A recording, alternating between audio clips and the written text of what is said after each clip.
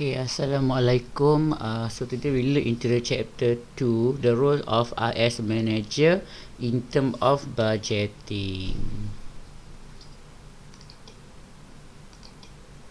Okay, so in this topic we look into the budgeting process, list versus buy, other budgeting factors, strategic business priority factors, and also how to prioritize your investment in IT. So basically you should look into the strategic system or either on traditional development, digital support system, infrastructure investment, especially if you have an old facilities to work with, business process redesign in order to improve the current workflow of things that you are doing, maintenance and enhancement of existing system, and also purchasing source trend in IST operation. So what is actually a budget? So budget is a specific amount of money to specific department within a company for a single period of time, fiscal year. So IT department usually have one of the largest budget in the organization. So how the manager manage the money and how the department spend it is very important. Okay, so usually when you have those budget for this year, you have to spend all those budget within the same fiscal year. What happen if you didn't spend the whole budget that have been given? So there is a probability that those budget will be reduced for the next fiscal year. So the process of budgeting, first you will review the previous year budget. Okay, so we look into the previous year budget and the performance of the organization, whether they are using the whole budget that have been given to them and how productive they are in using those budget. And potential item that should be included with your budget should be mostly about the human resources, personal, wages, salary, okay, overtime work and so on, hardware, software, okay, whether you need to buy a new hardware to improve the current hardware or to buy a new software to support your organization process, okay, and telecommunication services, networking, all sort of video conferencing and so on, supply, okay, such as printer, toner and so on, travel and entertainment. Okay, so this usually the list in your budget, okay, for the travel and entertainment. Usually this thing usually for training, okay, for the staff training, whether on the job or off the job training, and miscellaneous depreciation of the asset, physical plan, outside services, and also overhead. And the budget will be reviewed with either the superior and your staff. So the first process is estimating or overestimating the number. So and then you need to getting approval and defending the budget. So during the year, you need to track and revise the budget from the previous budget report. For example, you need to have a milestone. Okay, so this milestone will determine whether you are on the right track or whether there is a corrective action that should be taken in order to get the budget into the right track. And sometimes you need to revise the budget. Okay, for example, include additional project throughout the year. So this is where the miscellaneous fund or miscellaneous budget that have been set up during the process of the budgeting will be useful. So those unused budget can be used to include additional project. Okay, and perhaps you can eliminate or reduce cost for cancel or scale down project and update on other changes, and also to demonstrate anticipated cost reduction.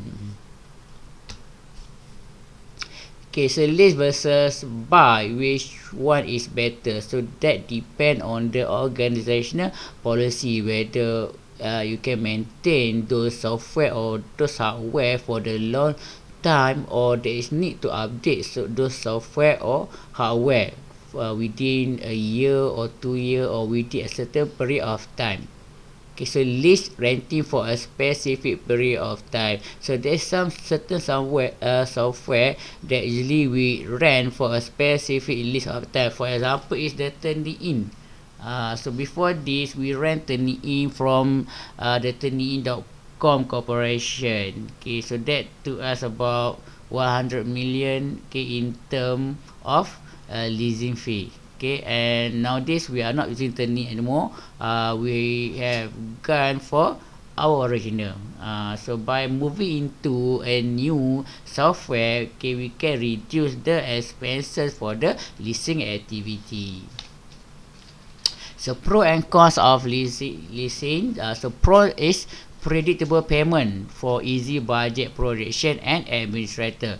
Okay, because you already know how much that you need to pay for a certain period of time. For example, you have to pay 100 million for a year or 100 million for a certain number of license. When you exceed those license, how much you need to pay if you exceed this license. So this thing must be available in the leasing agreement. And also other company with limited cash flows, line of credit to obtain expensive equipment. Okay, because for example, you can lease those equipment for certain number of months that you need to use those things. For example, if you want to have a good end server, however, you only need that for a certain event. Okay, for example, this event is only for 3 months. So you can list those things for only 3 months. And also allow for predictable and planned turnover of equipment that regularly replace. Okay, for example, personal computer. So usually you will replace those personal computer within 3 or 4 years in order to have a good work performance among the employee. And also you don't need to own the equipment. Okay, whenever you own the equipment, you need to do the maintenance, and at the end of its life cycle you need to dispose the equipment, and those require a lot of steps that need to be taken. And depreciation interest on debt may produce potential tax benefit. So that's the pros of leasing. The con would be you need an extra effort during purchasing to coordinate activity between leasing company and equipment vendor, and complication arise if equipment is upgraded during the life of the lease. So the lease or purchase.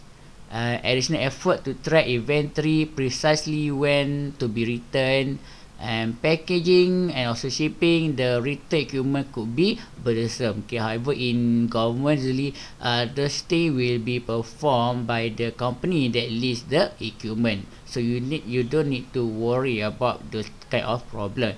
And also it could require extra effort to properly code each lease invoice if equipment are chargeable. And other factor to be considered, growth of your department workload. For example, IT workload, upcoming activity and project. So if you have a lot of project, so you need to think of your department workload. So maybe you need to hire an extra manpower or extra personnel in order to tackle the increased number of workload. And also technological change. However, technological change will take time. Okay, for example, 2 or 3 years. So by using this a good budgeting, you will be able to forecast the need to upgrade, okay, obsolete and replacement. Okay, so you need to prepare for the future. For example, if you think that those material, okay, can only be used for 3 years, so on the 4th years you have to prepare a proper budgeting to replace those material. Okay, so you should prepare beforehand. Before those need to be replaced, you should also have the necessary plan to replace those things. And also staff, okay, you need to look into turnover staff, recruit and train the new staff. Okay, for example, if an experienced staff, okay, got another job, so he or she will go to another company, so the organization will lose a lot of knowledge employee. And in order for you to train a new staff, to get a new staff, that will increase the cost of turnover. Also for the software maintenance, so you need to have maintenance agreement. Whenever you want to buy software or hardware, you need to have this maintenance agreement. The maintenance should be done by the vendor, okay, throughout the leasing or throughout the process of purchasing those material. and also ability to get upgrade for the product if possible, and support ability to get assistance. Okay, for example, if your computer is having problem or if your software is having problem, so there should be a duration on which vendor so be able to give their services or to give their support. For example, within 6 hours, within 1 day, or within a week. However, that depend on the seriousness of the problem and seriousness of the software or hardware that you are currently using. If the software is very important for your daily operation, so the support should be within a few hours. Okay, so factor to consider in maintenance agreement, day and hours of coverage required. Okay, for example, if the contract is for 2 years, so the vendor should be able to provide the maintenance for the 2 years. Okay, and response time guarantee, as I mentioned earlier, that depend on the seriousness of the problem and the importance of the software or hardware. If the software is very important for your operation, so maintenance or support should come within hours. So it should not coming after 2 days, 3 days, and so on. So you should be able to get at least a full support in order to solve those problems, and plan for spare part.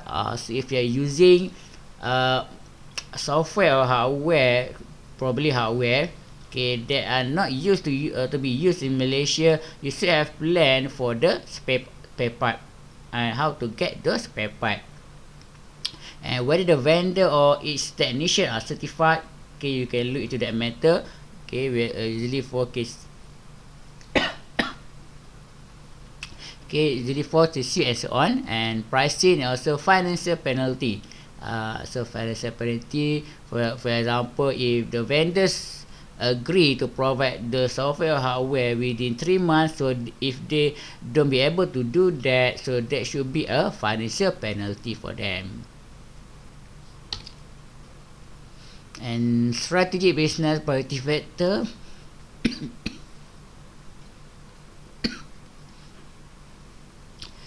Okay, so your budget should integrate with top management strategy agenda. Okay, for example, the objective of the organization. Are you delivering services to the organization? Are you providing the services to the outside of the organization? Okay, each stakeholder. So there must be a policy committee and user influence group, and you must use the latest technology. So priority is to look into the strategic system, okay, to support and influence the current strategy. How to do your work more properly, more faster. Okay, for example, if you look at UiTM, we have all sort of information system. Students have their own system, lecturer have their own system. This system is integrated together to create an integration or seamless integration system. Okay, so you can download your result, lecturer can put your result into the system, and those things will calculate to create your CGPA. Also, you look into traditional development, okay, such as application that support transaction processing and information reporting. Okay, for example, the use of POS system, point of sale system, and also decision support system, the system that support managerial decision making, okay, such as DSS, decision support system, expert system, and executive information system. And infrastructure investment is very important. You need to upgrade your infrastructure, okay, every 2 or 3 years in order to cater with the latest technology. Investment in corporate-wide technology such as intranet and extranet. Also, business process redesign. Those application of IT involve major changes on existing business process. For example, if before this you need to have 7 stages in order to complete a task, so by doing a business process redesign, you can cut short those processes maybe into 5 or 4 stages or process only. And also you need to do maintenance and enhancement of existing system. Okay, so I think that's all for this chapter. Thank you. Assalamualaikum.